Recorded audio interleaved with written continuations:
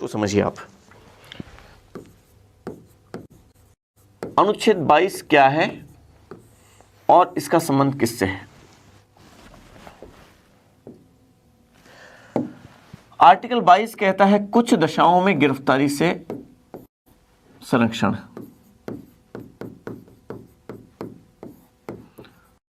कुछ दशाओं में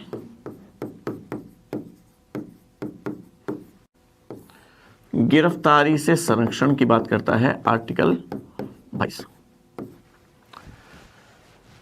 और गिरफ्तारी, डिटेंशन, आप जानते हैं कि गिरफ्तारी के संबंध में जो बातें की गई वो आर्टिकल 22 में कि गिरफ्तारी कर ली गई अगर, तो उस दशा में भी कुछ अधिकार होंगे। देखिए, जब आप आर्टिकल 22 की बात करते हैं और गिरफ्तारी की बात करते हैं, तो गिरफ्तार अगर कर लिया गया, इसका मतलब उसकी दैहिक स्वतंत्रता वो समाप्त हो गई। इसका एक मतलब यह है कि आर्टिकल 22 है वो आर्टिकल 22 सीधे सीधे तौर पर आर्टिकल 21 से जुड़ा हुआ है, क्योंकि आर्टिकल 21 में दैहिक स्वतंत्रता दी गई है और ये कहा गया कि दैहिक स्वतंत्रता के अधिकार को समाप्त नहीं किया जा सकता, उसको दैहिक स्वतंत्रता मिलेगी विधि द्वारा स्थापित प्रक्रिया के तहत। यदि उसके माध्यम से उसकी दैहिक स्वतंत्रता अगर समाप्त होती है तो की जा सकती है, अन्यथा नहीं की जा सकती। तो मान लीजिए विधि द्वारा स्थापित प्रक्रिया के तहत उसकी दैहिक स्वतंत्रता वो समाप्त की गई और उसके तहत उसे गिरफ्तार किया गया, तो ऐसी स्थिति में आर्टिकल 22 कहता है कि यदि गिरफ्तार भी किया जाता है तो भी उसके कुछ अधिकार होंगे। इसका मतलब आर्टिकल 22 एक स्वतंत्र आर्टिकल नहीं है, बल्कि आर्टिकल 21 का ही एक तरीके से पूरक है, उसका ही एक उपभाग है। बगैर आर्टिकल 21 के आर्टिकल 22 का कोई वजूद नहीं है। मतलब ये कि यदि किसी व्यक्ति की दैहिक स्वतंत्रता वो भंग की गई है और उसे गिरफ्तार किया गया है, तो गिरफ्तार करने से दैहिक स्वतंत्रता तो वैसे ही भंग हो जाती है। तो उस स्थिति में भी, क्योंकि उसे गिरफ्तार क्यों किया गया, पहली बात तो क्योंकि विधि द्वारा स्थापित प्रक्रिया के तहत किया गया है, लेकिन उस दशा में भी उसके अपने कुछ अधिकार होंगे। तो आर्टिकल 22 आर्टिकल 21 की ही थोड़ी सी और अलग तरीके से व्याख्या करता है, अलग तरीके से थोड़ा सा उसको और एक नई दिशा देता है। आर्टिकल 22 में जब हम गिरफ्तारी की बात करते हैं तो गिरफ्तारी देखिए मोटे तौर पे देखें, आर्टिकल 22 के 7 क्लोज हैं, 1 से लेकर 7 तक। आर्टिकल 1 से 3, 1, 2 और 3 इनका संबंध एक अलग तरीके की गिरफ्तारी से है और 4, 5, 6, 7 इनका संबंध एक अलग तरीके की गिरफ्तारी से है। हम बात करेंगे इस बारे में।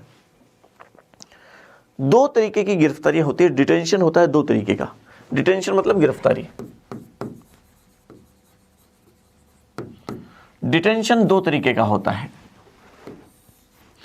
एक होता है punitive detention, punitive detention,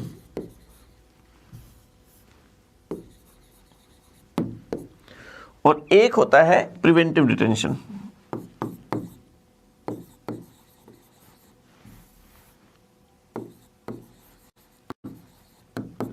preventive detention.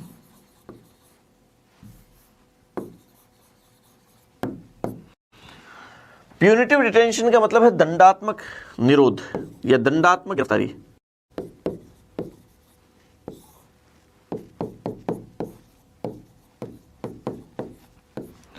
और यह है निवारक गिरफ्तारी या निवारक निरोध।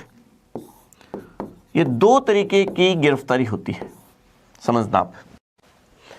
इन दोनों को समझेंगे तो आपको पूरी तरीके से गिरफ्तारी का मामला अच्छे से समझ आएगा। देखिए, गिरफ्तारियां 2 प्रकार की होती हैं। एक होता है डिटेंशन प्यूनिटिव, मतलब अपराध होने के बाद की जाने वाली गिरफ्तारी, और एक होता है प्रिवेंटिव, अपराध होने से पहले की जाने वाली गिरफ्तारी।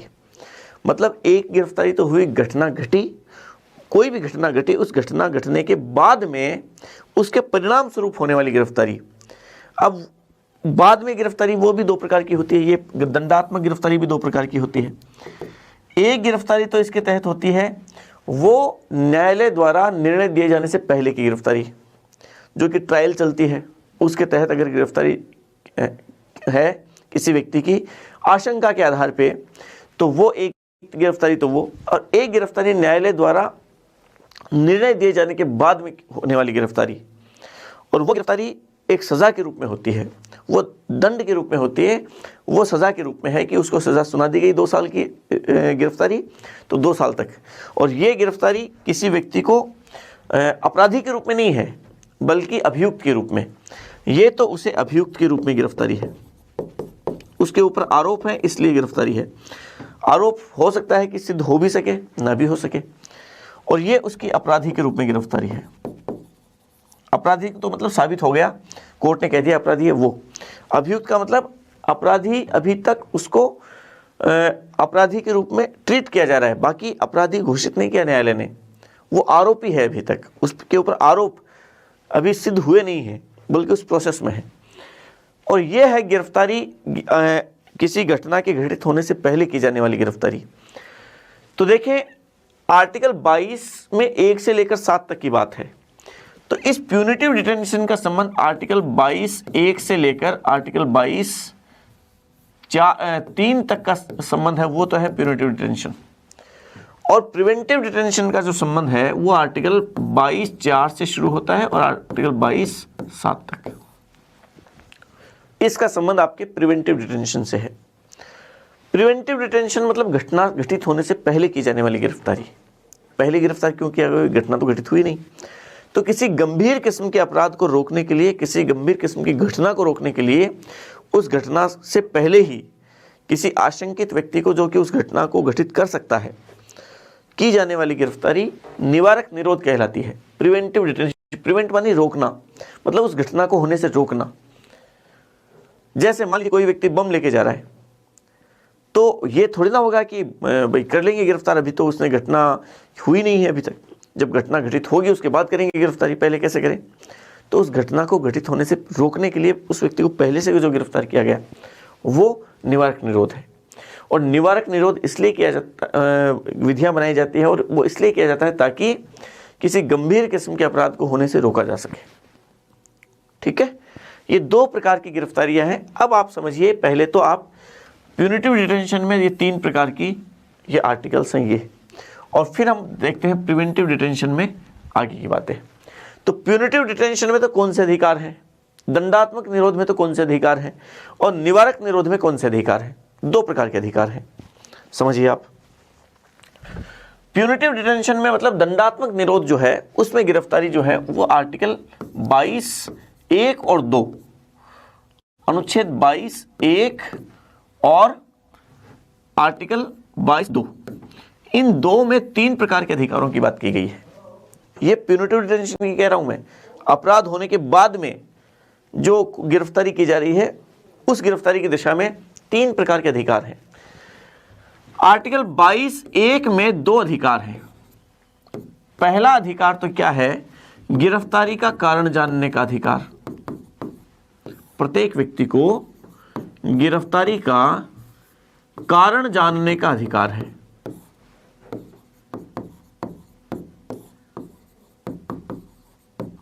कि उसे गिरफ्तार क्यों किया जा रहा है। बाकायदा वो पूछ सकता है कि मुझे गिरफ्तार क्यों किया जा रहा है, तो उसे कागज दिखाना पड़ेगा। जो गिरफ्तार करने जा रहा है पुलिस अधिकारी, उसे कागज दिखाना पड़ेगा कि आपको गिरफ्तार क्यों किया जा रहा है। तो गिरफ्तारी का कारण जानने का अधिकार है। और 22 1 में ही एक अधिकार और दिया गया है, 2 अधिकार है इसमें। और वो दूसरा अधिकार कौन सा है? वो है वकील से परामर्श करने का अधिकार। वो अपना वकील कर सकता है, अपना पक्ष रखने के लिए वकील से परामर्श करने का अधिकार, ताकि वो अपना पक्ष रख सके। वे 2 अधिकार 22 1 में दिए गए।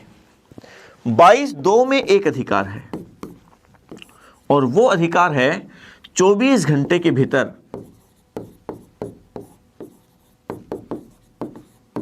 न्यायालय के समक्ष पेश होने का अधिकार।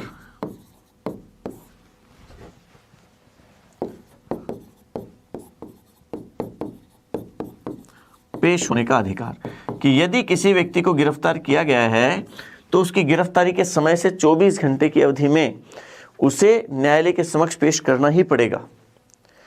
और पेश करना पड़ेगा, इसका मतलब अब वो न्यायालय उसको गिरफ्तार किए गए कारणों की जांच करेगा, और यदि उसे गिरफ्तार अवैध तरीके से गिरफ्तार किया गया है तो उसे छोड़ देगा।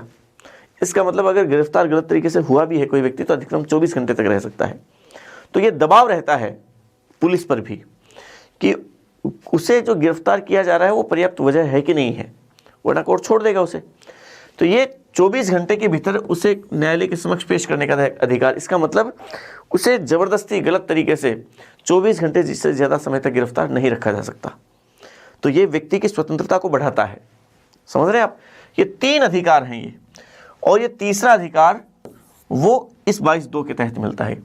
आर्टिकल 22(1) और 2 में ये 3 प्रकार के अधिकार हैं, जो अधिकार सामान्य गिरफ्तारी पर, मतलब प्रिवेंटिव डिटेंशन पर या दंडात्मक निरोध जिसको हम कहते हैं, जिसको आप दंडात्मक निरोध कहते हैं, मतलब घटना घटित होने के बाद में होने वाली गिरफ्तारी पर, ये 3 प्रकार के अधिकार हैं प्यूनिटिव डिटेंशन पर।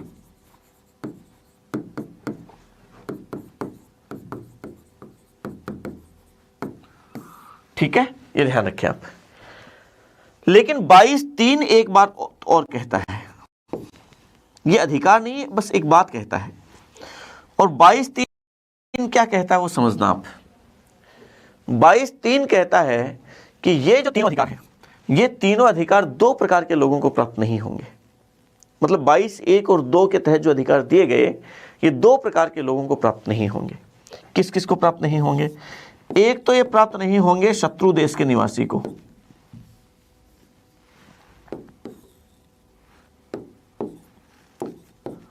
शत्रु देश के निवासी को, और दूसरे प्राप्त किसे नहीं होंगे? ये अधिकार दोनों ही जो निवारक निरोध के तहत गिरफ्तार व्यक्ति है, मतलब प्रिवेंटिव डिटेंशन के तहत है, जो दूसरे वाले में है। इन 2 प्रकार के लोगों को ये अधिकार प्राप्त नहीं होंगे। इसका मतलब ये अधिकार केवल किसके हैं? ये दंडात्मक निरोध के तहत कोई गिरफ्तार व्यक्ति है, उनको प्राप्त होने वाले अधिकार है। समझ रहे हैं आप? तो अब देखिए, निवारक निरोध के तहत गिरफ्तार व्यक्ति है, उनके क्या अधिकार है? तो निवारक निरोध के तहत गिरफ्तार व्यक्ति, उनको भी 2 प्रकार के अधिकार दिए गए, 3 अधिकार दिए गए। निवारक निरोध के तहत गिरफ्तार व्यक्ति है, प्रिवेंटिव डिटेंशन जिसको हम कहते हैं,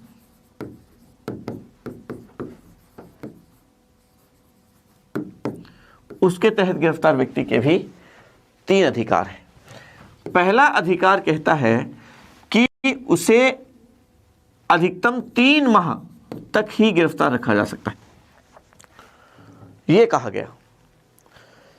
जहां पे सामान्य गिरफ्तारी में 24 घंटे के अंदर उसे न्यायालय के समक्ष पेश करने का अधिकार होता है, यहां कहा गया है कि 3 माह तक उसे गिरफ्तार रखा जा सकता है।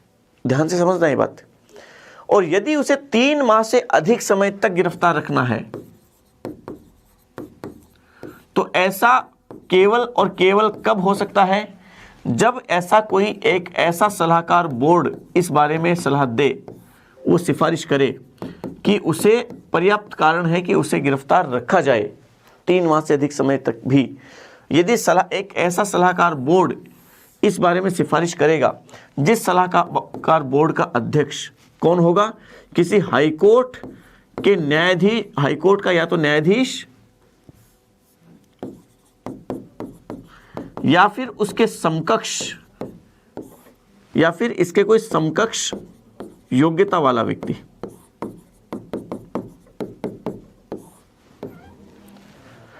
यदि यह व्यक्ति है तो ही केवल इस आधार पर ही, और यह सलाहकार बोर्ड जो इसका अध्यक्ष हाईकोर्ट का न्यायाधीश या उसके समकक्ष योग्यता वाला व्यक्ति है, केवल इस सलाहकार बोर्ड की सलाह के आधार पर ही उसकी डिटेंशन को, उसकी गिरफ्तारी को 3 माह से अधिक समय तक एक्सटेंड किया जा सकता है।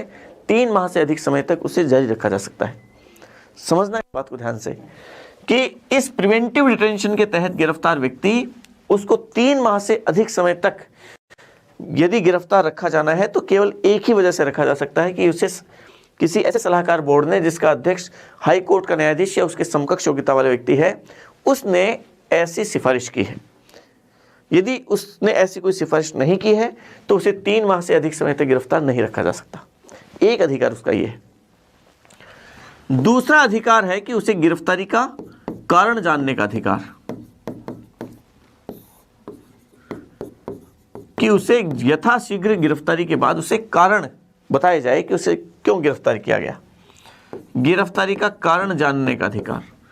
और तीसरा उसका है अपना रिप्रेजेंटेशन, अभ्यावेदन। हिंदी में अभ्यावेदन शब्द है, इंग्लिश में आप समझ जाएंगे अपना प्रेजेंटेशन देने का अधिकार, कि वो अपना पक्ष रख सके, प्रेजेंटेशन देने का अधिकार। वो अपना प्रेजेंटेशन रख सकता है कि मैंने क्या किया क्या नहीं किया, अपना पक्ष रखने का उसका अधिकार है। प्रेजेंटेशन एक शब्द यूज किया गया है प्रेजेंटेशन का, प्रेजेंटेशन सॉरी,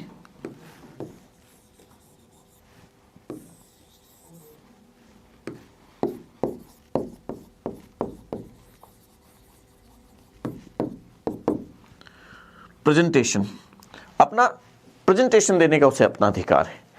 तो ये तीन अधिकार दिए गए हैं किसको, प्रिवेंटिव डिटेंशन के तहत, निवारक निरोध के तहत गिरफ्तार व्यक्ति को। तो सामान्य गिरफ्तारी में तो एक तो गिरफ्तारी का कारण जानने का अधिकार, एक वकील से परामर्श करने का अधिकार, और एक 24 घंटे के भीतर न्यायालय के समक्ष पेश होने का अधिकार। प्रिवेंटिव डिटेंशन के तहत तीन अधिकार, एक तो 3 माह से अधिक समय तक उसे गिरफ्तार न किए जाने का अधिकार उसे, और अगर रखना है तो एक ऐसे सलाहकार बोर्ड की सिफारिश के आधार पर ही रखा जा सकता है जिसका अध्यक्ष उच्च न्यायालय का न्यायाधीश या उसके समकक्ष योग्यता वाला व्यक्ति हो। दूसरा गिरफ्तारी का कारण जानने का अधिकार, और तीसरा प्रेजेंटेशन देने का अधिकार।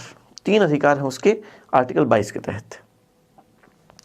अब निवारक निरोध क्या है, इसको थोड़ा सा और मैं एक्सप्लेन करना चाह रहा था, उसको थोड़ा सा और समझिए।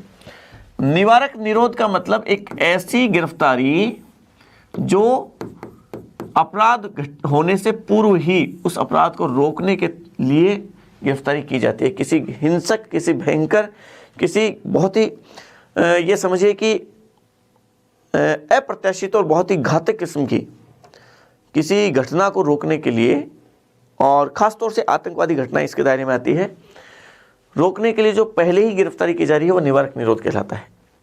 और ये निवारक निरोध के तहत संसद पहले ही कानून बनाती है। उस कानून में कैसे कैसे क्या क्या होगा वो पूरा का पूरा उल्लेख होता है। अब तक कई निवारक निरोध विधियां बनी हैं, कई निवारक निरोध कानून बने हैं।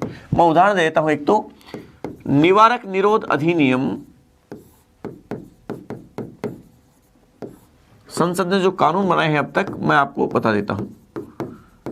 निवारक निरोध अधिनियम 1950 बना, 1969 तक ये लागू रहा।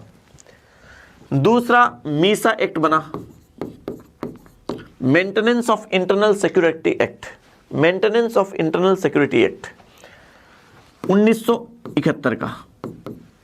और आंतरिक अशांति के आधार पर आपातकाल लगा था ना भारत में, तब इसी मीसा एक्ट के तहत सबकी गिरफ्तारियां हुई थी, जिसमें आपके जयप्रकाश नारायण से लेकर आपके मोरारजी देसाई से लेकर जितने भी विरोधी नेता थे सबको जेल में डाला गया था, जिनमें लालू प्रसाद यादव भी शामिल थे। उस समय की राजनीति में उनकी शुरुआत थी। और लालू प्रसाद यादव के बारे में देखिए समझना एक बात और भी, कि लालू प्रसाद यादव उस समय जब गिरफ्तार किए गए और जब वो जेल में थे, उस समय उनकी पत्नी राबड़ी देवी ने एक पुत्री को जन्म दिया। और चूंकि जिस एक्ट के तहत लालू प्रसाद यादव गिरफ्तार हुए थे वो मीसा एक्ट था, तो लालू प्रसाद यादव ने अपनी बेटी का नाम उसी वजह से मीसा नाम रखा। मीसा भारती जो लालू प्रसाद यादव की बेटी है, इसी वजह से उनका नाम है। Maintenance of internal security act. तीसरा है कोफेपोसा 1974 का। और कोफेपोसा क्या है, conservation of foreign exchange and prevention of smuggling activities act, ये कोफेपोसा है 1974। तो तस्करी और जो विदेशी मुद्रा विनिमय है उसको लेकर एक एक्ट है। फिर आपके है रासुका, राष्ट्रीय सुरक्षा कानून, राष्ट्रीय सुरक्षा कानून 1980 का। फिर आपके है Tada, terrorism and disruptive act है, वो 1985 का है, 1995 तक रहा। 2 साल तक लागू हुआ था, 2 साल तक संसद ने इसे 2 साल से बढ़ाती रही। और ये बड़ा ही कठोर कानून था। संजय दत्त की जो हुई थी ना वो गिरफ्तारी, इसी टाडा के तहत हुई थी। इतना कठोर था कि 1985 से 1995 में इसे समाप्त कर दिया गया। 10 साल में इसके तहत लगभग 76,000 गिरफ्तारियां हुई, 76,000, और उनमें से 2% से भी कम लोगों पर आरोप सिद्ध हुए, फिर इसको समाप्त कर दिया गया। फिर देखिए टाडा के बाद में पोटा, प्रिवेंशन ऑफ टेररिज्म एक्ट 2002, 2004 में इसे समाप्त कर दिया गया। वर्तमान में जो लागू है गैर कानूनी गतिविधि निरोधक अधिनियम, गैर कानूनी गतिविधि निरोधक अधिनियम 2008, वर्तमान में ये कानून लागू है। डिटेंशन का, प्रिवेंटिव डिटेंशन का, निवारक निरोध का ये कानून लागू है। तो इस तरीके से ये निवारक निरोध है, निवारक नज़रबंदी है, प्रिवेंटिव डिटेंशन है। ठीक है, तो आप ये ध्यान रखें कि आर्टिकल 22 आर्टिकल 21 का ही एक हिस्से के रूप में है, और उसको ही थोड़ा सा आगे और ये समझिए और व्यापक तरीके से लागू करता है। जब गिरफ्तारी होती है तब अधिकार देता है। सामान्य गिरफ्तारी में 3 अधिकार, निवारक गिरफ्तारी में भी 3 अधिकार। सामान्य गिरफ्तारी में पहला अधिकार गिरफ्तारी का कारण जानने का अधिकार, वकील से परामर्श करने का अधिकार, और तीसरा 24 घंटे के भीतर न्यायालय में पेश होने का अधिकार। आर्टिकल 21 और 22 में 3 अधिकार दिए गए। 22(3) में ये कहा गया कि ये तीनों अधिकार है वो 2 प्रकार के लोगों को प्राप्त नहीं होंगे, एक तो शत्रु देश के निवासियों को, एक निवारक नज़रबंदी के तहत गिरफ्तार व्यक्ति को। फिर आर्टिकल 22(4) से लेकर 7 तक प्रिवेंटिव डिटेंशन, निवारक निरोध के तहत गिरफ्तार व्यक्तियों के अधिकार हैं, उनका जिक्र उसमें किया गया है। और उसके तहत कहा गया कि 3 प्रकार के अधिकारों का जिक्र किया गया। एक, 3 माह से अधिक समय तक उसे गिरफ्तार न रखे जाने का अधिकार, और यदि रखा जाना है तो सलाहकार बोर्ड की सिफारिश के आधार पर रखा जाएगा। और दूसरा गिरफ्तारी का कारण जानने का अधिकार, और तीसरा प्रेजेंटेशन देने का अधिकार। तो ये हमने आज आर्टिकल 22 के बारे में थोड़ी बात की। क्लास थोड़ी सी ये छोटी ज़रूर है, लेकिन इसको देखें। इसके बाद हम आर्टिकल 23-24 की और आगे बात करते हैं अगली क्लास में। तो आज की क्लास इतनी ही, अगली क्लास में मिलते हैं फिर।